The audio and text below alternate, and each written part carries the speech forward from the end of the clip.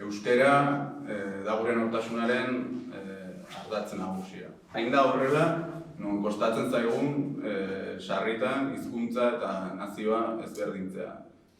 Komunitate nazionala eta komunitate linguistikoa ezberdintzea.